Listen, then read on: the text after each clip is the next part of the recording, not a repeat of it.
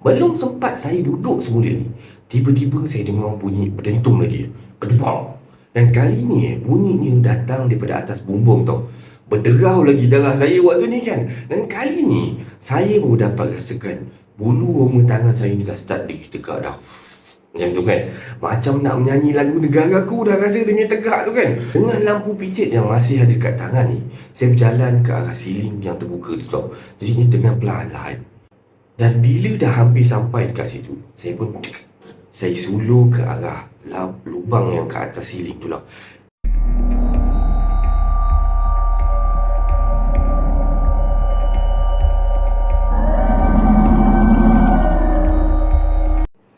Assalamualaikum warahmatullahi wabarakatuh dan salam sejahtera kepada anda semua. Selamat datang ke channel Kisah Seram Malaysia. Diharapkan anda semua pada hari ini sihat-sihat belakalah andanya. Ya, baiklah. Semua kisah-kisah yang saya akan ceritakan kat sini, anggaplah sebagai satu hiburan saja. Jadinya jangan terlampau taksub ataupun terikut-ikut. Sebelum kita bermula, marilah kita sama-sama berdoa kepada Allah SWT. Semoga Allah panjangkan umur, murahkan rezeki, berikan kesihatan yang baik dan permudahkan segala urusan kita di dunia dan di akhirat. Dan semoga Allah memberikan syurga buat emak dan ayah kita. Amin, amin, ya rabbal alamin. Jadinya tanpa membuang masa lagi, kali ini KSM nak bawakan anda kisah-kisah seram daripada kebun. Jadinya marilah kita terus ke video yang pertama dengan lafaz Bismillahirrahmanirrahim. Mari kita mulakan.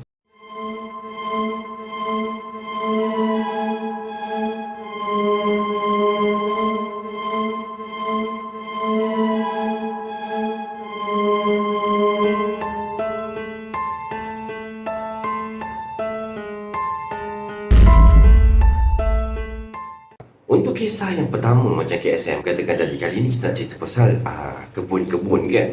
Okey, ini adalah pengalaman seorang yang beli rumah dekat kebun. Macam tu lah Assalamualaikum warahmatullahi wabarakatuh. Waalaikumsalam warahmatullahi. Okey, nama panggilan saya Digo Cerita ni berlaku dalam pertengahan tahun lepas macam tu, dan memang terlalu seram untuk saya, kata dia. Dan saya ni jenis orang yang egonya tinggi tau dan tak sukalah untuk tunjuk perasaan saya pada orang lain tau. Jadi saya pun tak pernah jumpa apa-apa entiti sebelum ni six sense ke apa benda ke semua ni memang tak ada langsung lah. Dan sampai sekarang bila saya teringat balik peristiwa malam tu, mesti meremang-remang habis bulu roma saya tau. Tapi sebelum tu, biar saya jelaskan dulu, kata dia, struktur latar belakang supaya semua orang faham dan boleh bayangkan dengan imajinasi masing-masing. Okey, kita terus dengan cerita dia macam ni. Saya ni tinggal dan bekerja dekat Kuala Lumpur tau. Dan saya ada belilah sebidang tanah kebun dalam 8 tahun yang lepas, berdekatan dengan rumah kampung orang tua saya lah iaitu kira-kira 1 kilometer je. Okey, kampung saya ni letak di sempadan antara Selangor dan Perak, dekat sangat dengan Sungai Bernam tau.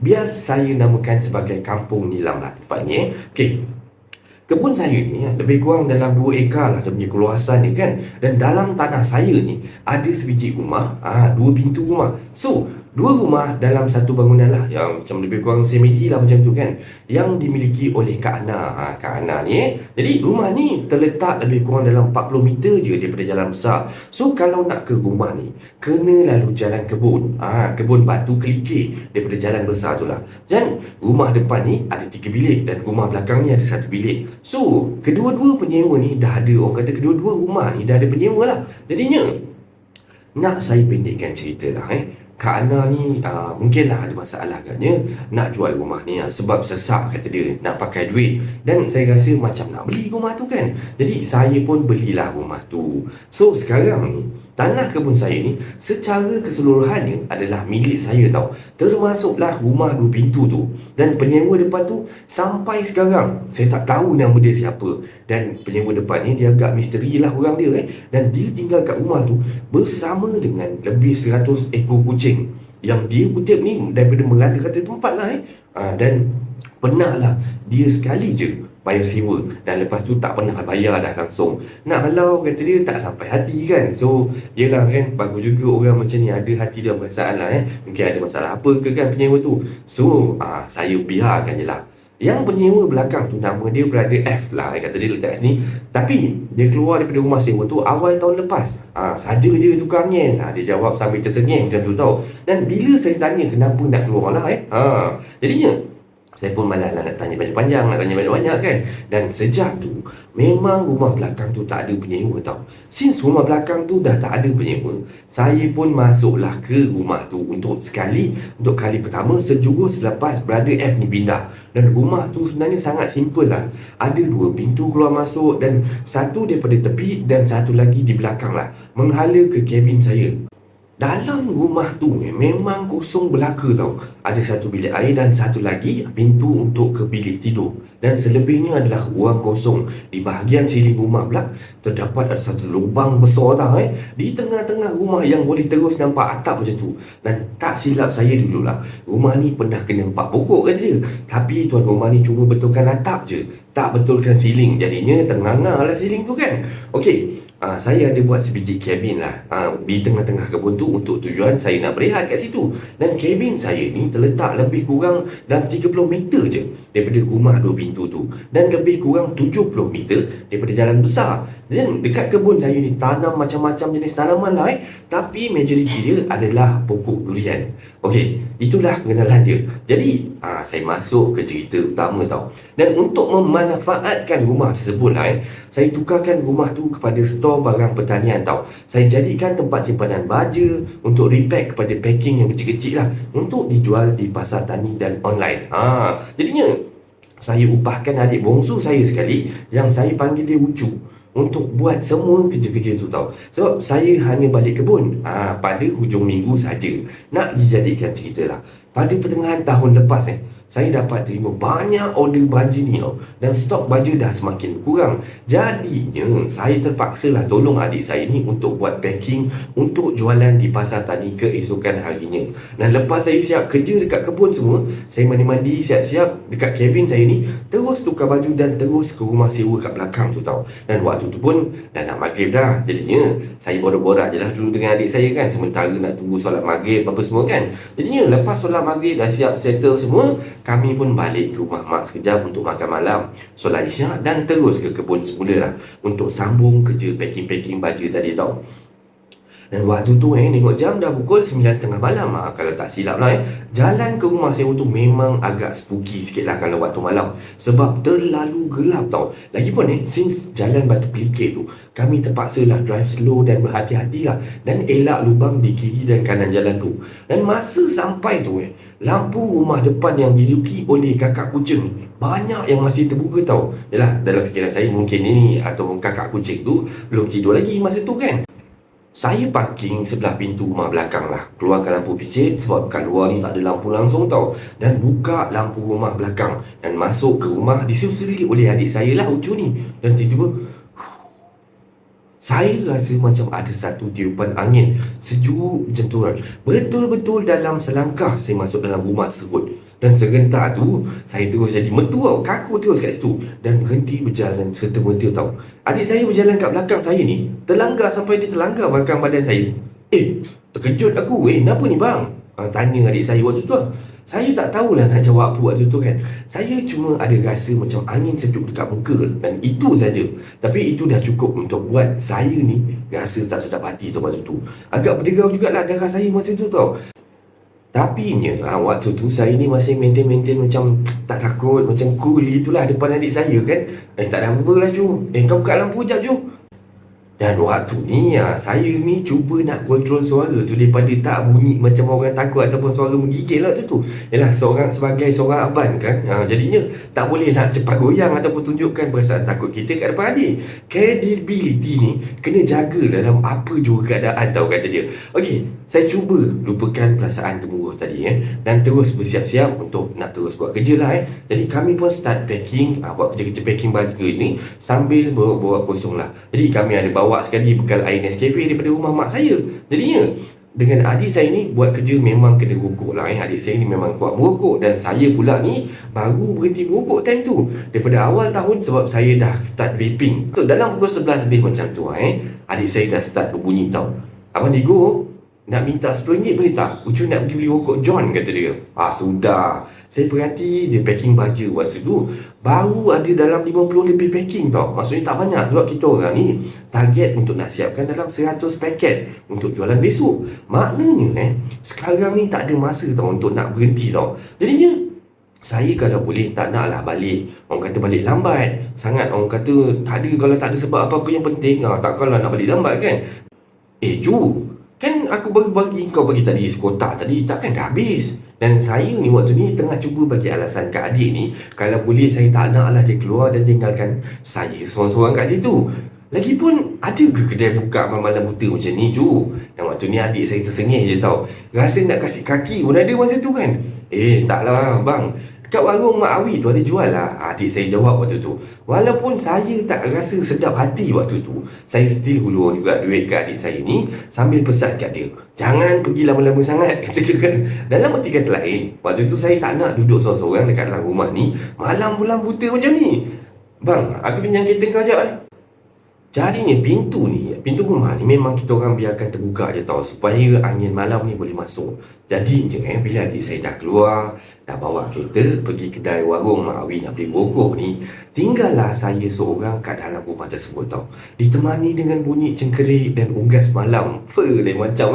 So kipas lama yang sudah berkarat juga mengeluarkan bunyi itu lagi seram kan. Jadinya yang sangat-sangat menjengkelkan lah bunyi tu. Tak apalah, asal ada angin sudah. Jadinya saya dalam kata melayan perasaan waktu tu, saya pun sambung kerja lah dengan pace yang agak laju lah, packing cepat kan. Dan saya ingat saya lah dalam lebih kurang 10 minit lebih kurang, tiba-tiba saya terdengar benda jatuh dekat luar rumah tau, dekat area saya biasa parking kereta tu.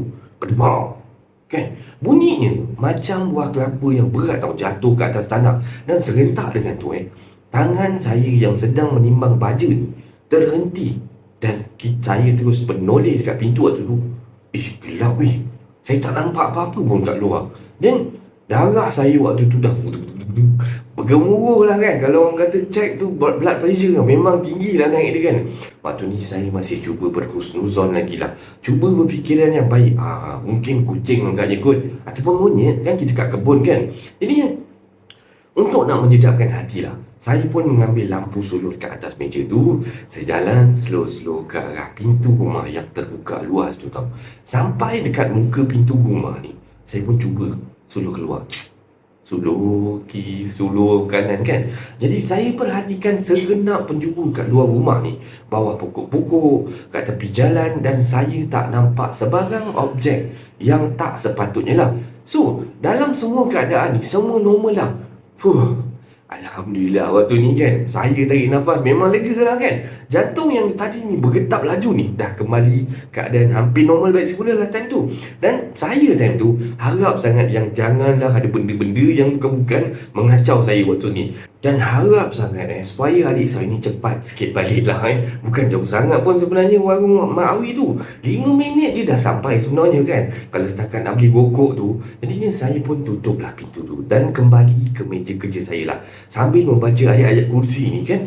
Belum sempat saya duduk semula ni, tiba-tiba saya dengar bunyi berdentum lagi, kedebak. Dan kali ni bunyinya datang daripada atas bumbung tau. Berderau lagi darah saya waktu ni kan. Dan kali ni saya baru dapat rasakan bulu roma tangan saya ni dah start ditegak dah. Macam tu kan, macam nak menyanyi lagu negaraku dah rasa dia tegak tu kan. Dengan lampu pijit yang masih ada kat tangan ni, saya berjalan ke arah siling yang terbuka tu tau. Jadinya dengan perlahan-lahan. Dan bila dah hampir sampai dekat situ, saya sulur ke arah lubang yang ke atas siling tu lah. Dan itulah antara decision making yang paling bodoh sekali yang pernah saya lakukan sepanjang hidup saya lah. Dengan sekali suluh je, saya terus tersuluh satu lembaga terapung-apung tau, antara siling tu dengan atap tau. Dan lembaga tu agak menyerupai macam manusia perempuan yang lengkap berpakaian jubah putih yang kusam warna dia tau, berambut panjang dan tak ada muka langsung, kosong. Muka ada, tapi saya tak nampak lah mata, hidung dan mulut. Dan lembaga tu terapung-apung tu dengan ada sikit pergerakan lah dekat ke atas ke bawah, ke atas ke bawah kan. Seolah-olah macam bola yang terapung atas permukaan laut macam tu lah. Dan lembaga tu memandang ke arah saya waktu tu tepat. Seolah-olah tak menghiraukan saya langsung. Yang menyuluhnya ni daripada bawah lah. Dan masa ni saya memang dah goyang habis lah tadi ni kan. Ayatul Kursi yang saya baca tadi memang dah habis dah berterabur, dah tak tahu mana ujung, mana pangkal, tak jumpa ujung lebih kurang kan. Bercampur baur dengan doa kunut, segala doa yang ada dan tu terlintas, semua terkeluar lah kan. So kepala lutut saya waktu ni dah macam longlai lah kan. Tangan dah tak steady dah, bergigil-gigil, tak macam biasa. Saya nampak sendiri tau, yang lampu suluhan saya tu ke arah lembaga tu bergoyang macam tu lah, bergoyang teruk. Dengan kekuatan yang masih tinggal ni, saya terus menerpa ke pintu ni untuk keluar daripada situ secepat mungkin Jadi saya ingat lagi tau, selang 2-3 langkah je saya terjatuh sebab lutut waktu tu memang longgar habis lah kan, memang tak tahulah longlai. Jadi saya terus merangkak laju-laju ke arah pintu tu.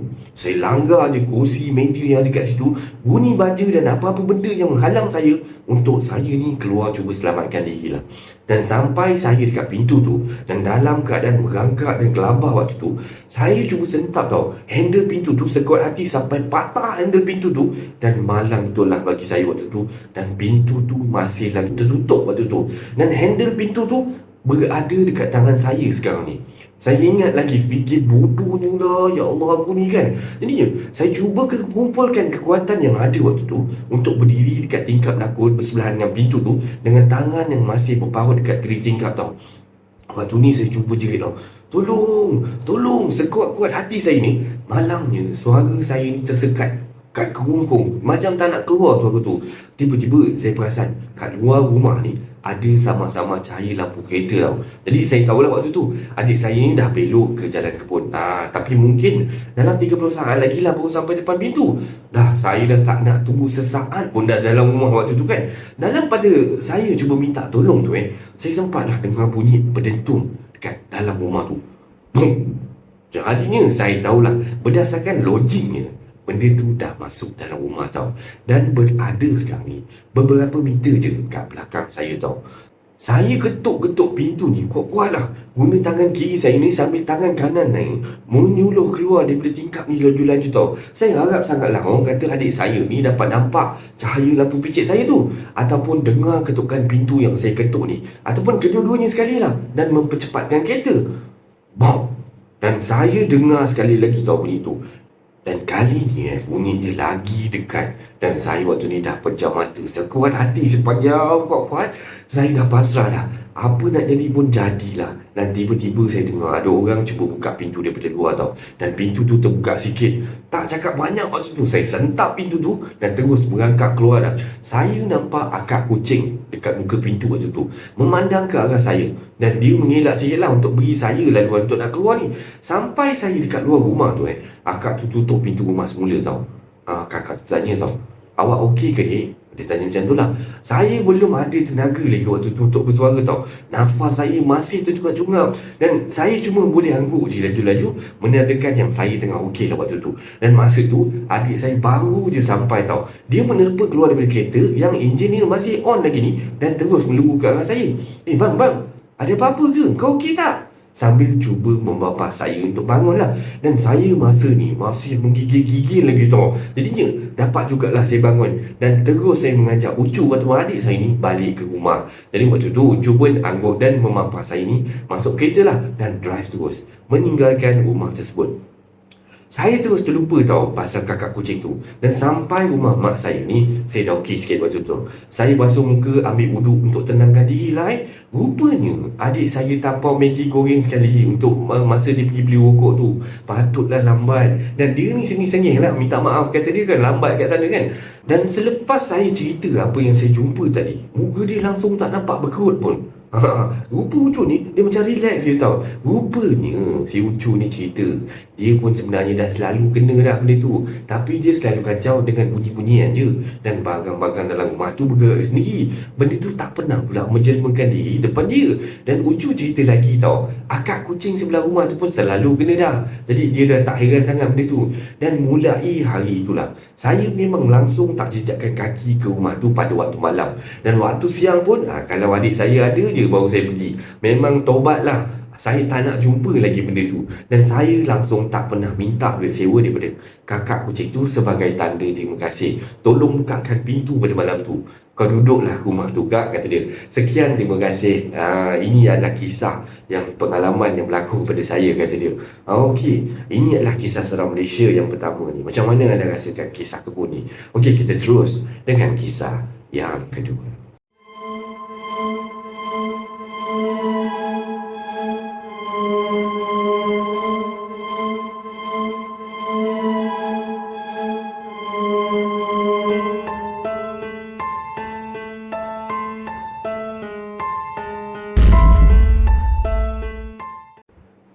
Baiklah, okey, untuk kisah yang kedua ni, biasanya kalau kebun-kebun ni kita biasanya dikaitkan dengan saka yang menjaga kebun kan.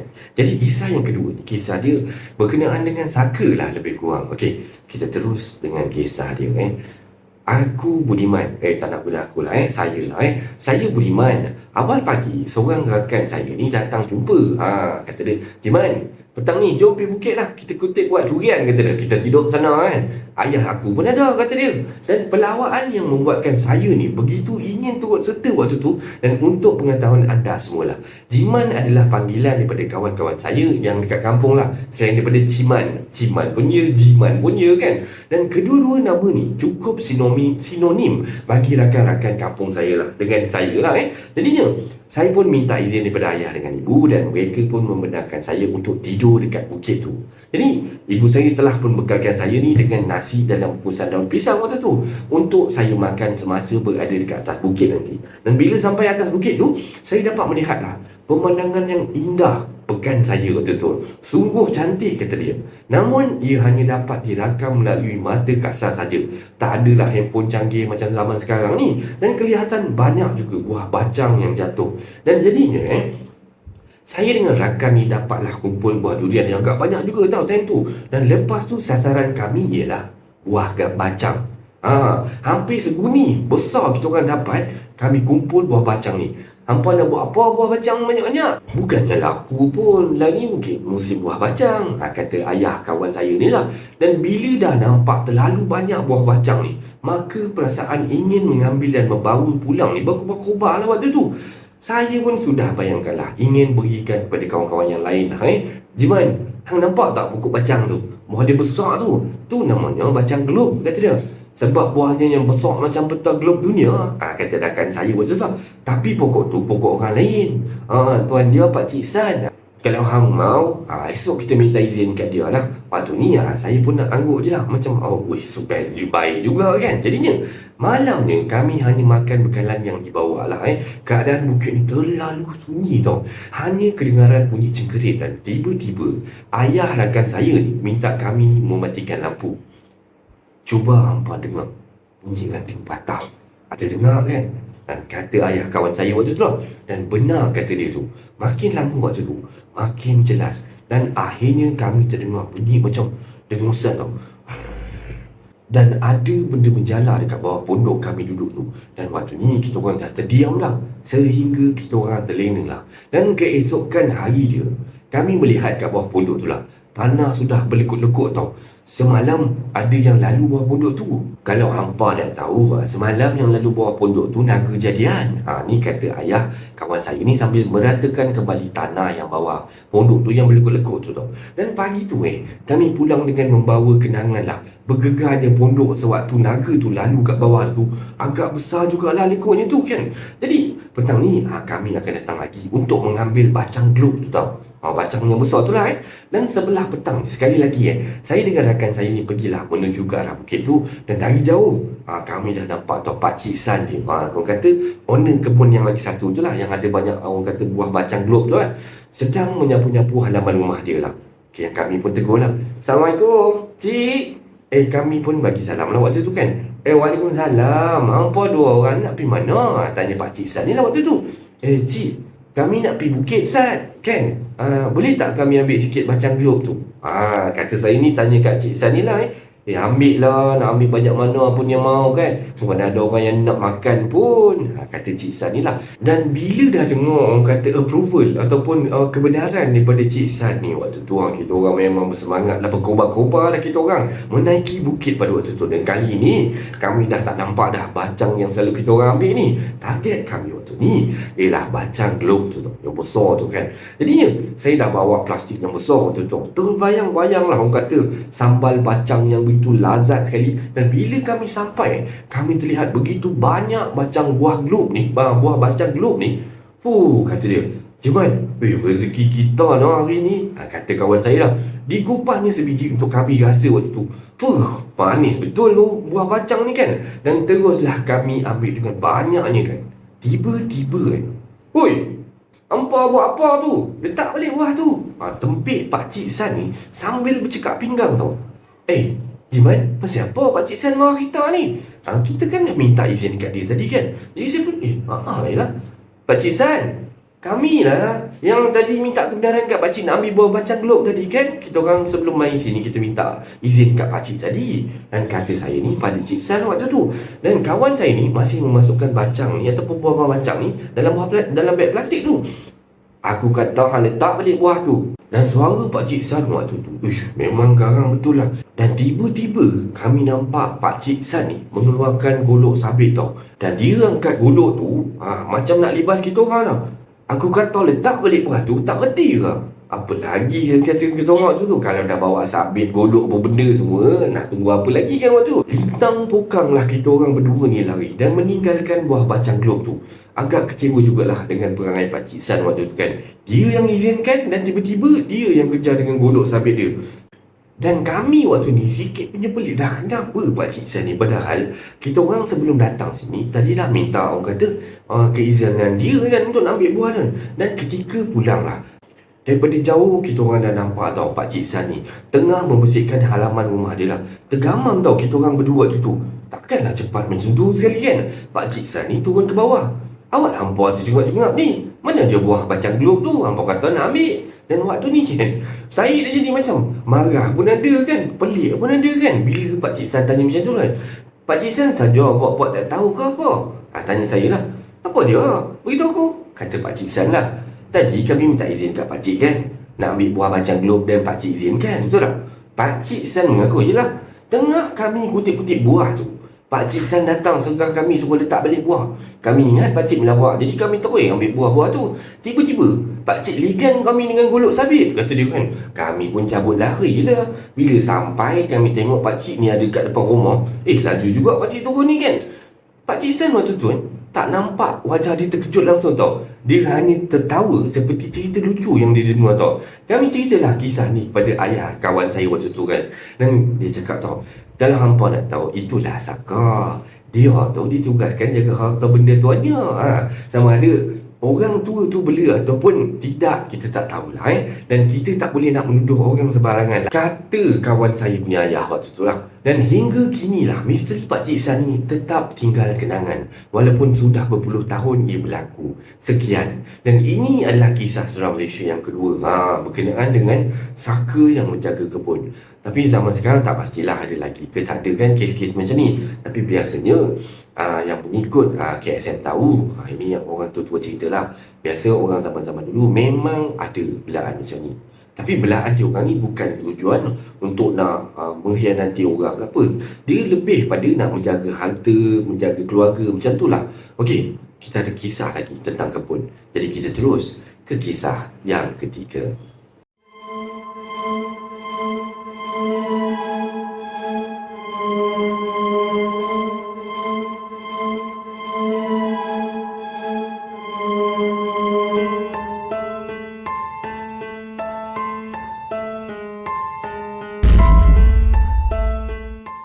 Untuk kisah yang ketiga ni, okey, kita terus dengan kisah dia je. Terus Assalamualaikum warahmatullahi wabarakatuh. Waalaikumsalam. Nama saya Hana, kata dia. 28 tahun umur. Dan kisah ini terjadi masa saya umur 15 tahun. Okey. Malam tu saya tinggal di kedai runcit makcik saya lah. Kedai mak runcit ni bekas arwah tok saya yang punya. Dan setelah atuk saya meninggal, makcik lah yang usahakan bersama nenek. Waktu tu jam pun menunjukkan hampir pukul 10 malam lah. Kakak datang untuk menjemput saya pulang waktu tu. Dan ketika itu saya sedang menonton sambil bersembang-sembang dengan nenek lah. Assalamualaikum. Assalamualaikum. Nek, buat apa tu? Tegur kakak saya. Waalaikumsalam. Tak ada apa-apa. Tengah sembang-sembang dengan Hana ni sementara tunggu Ani jemput kan. Orang kata nenek saya lah. Nah, jomlah. Dah lewat ni. Balik dulu ya, Nek. Kakak saya kata. Ya. Elok-elok tau bawa motor tu. Jangan laju-laju sangat. Pesan nenek. Baiklah, Nek.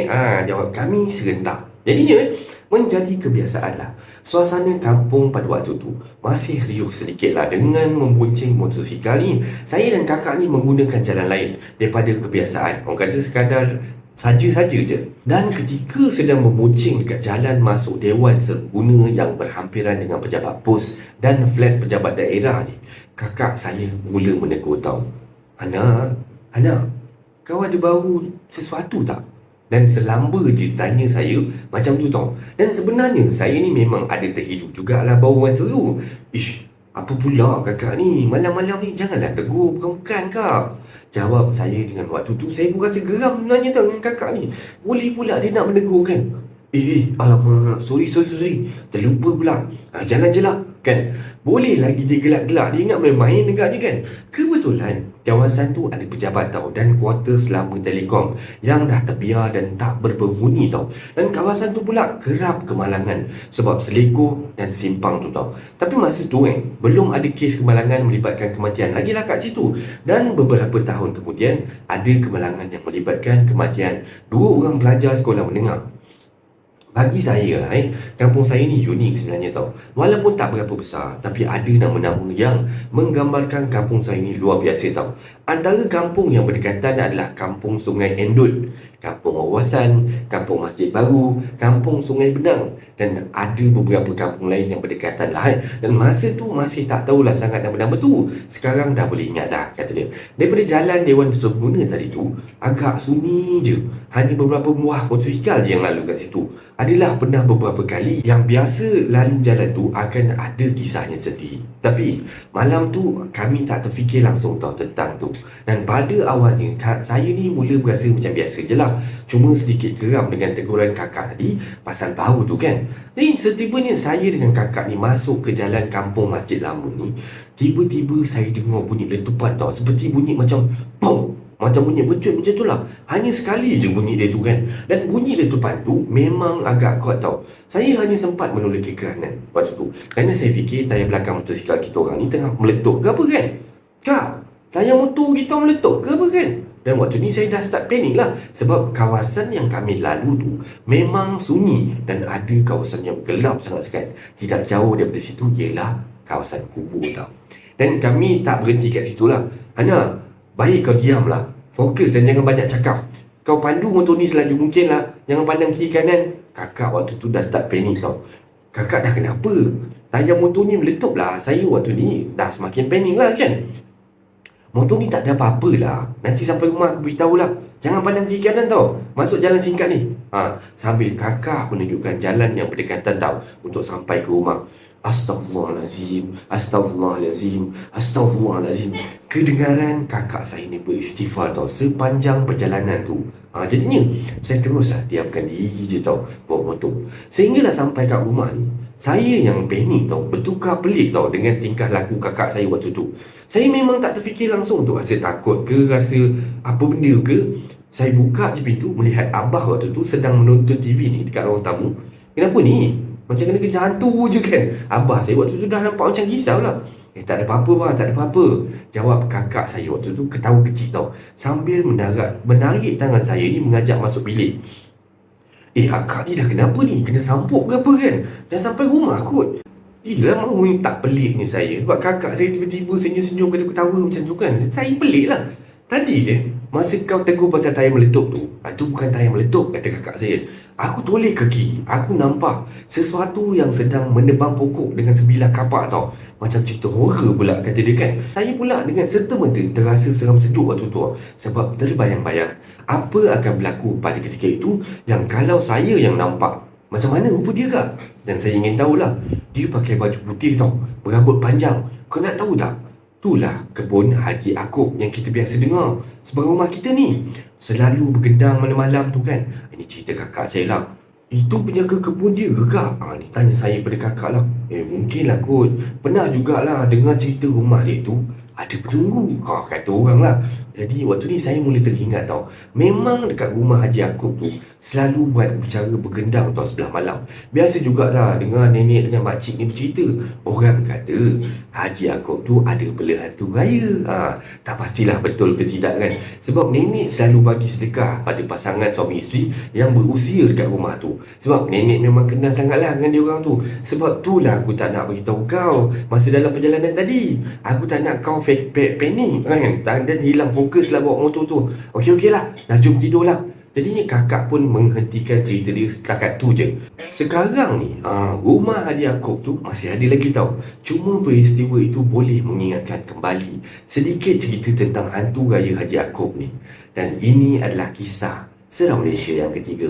Semoga anda terhibur dengan kisah Seram Malaysia pada kali ini kan. Dan terima kasih pada yang sudi dengar sampai habis kan. Alhamdulillah. Baiklah, sebarang komen, like dan share daripada anda semua amat-amatlah dihargai. Terima kasih pada yang dah sudi subscribe di channel Kisah Seram Malaysia ni. Dan yang masih belum tu, bantulah saya dengan menekan butang subscribe, like dan sharekan video ini kepada kawan-kawan anda. Sokongan daripada anda semua adalah ibarat pembakar semangat buat saya untuk terus berkarya, agar saya terus berusaha untuk membuat banyak video-video yang baik, yang menarik dan berkualiti untuk anda semua tonton, insya-Allah. Jadinya yang baik itu datang daripada Allah Subhanahu Wa Taala dan yang buruk itu datang daripada kelemahan saya sendiri. Saya akhiri kisah seram Malaysia pada kali ini dengan lafaz Assalamualaikum warahmatullahi wabarakatuh.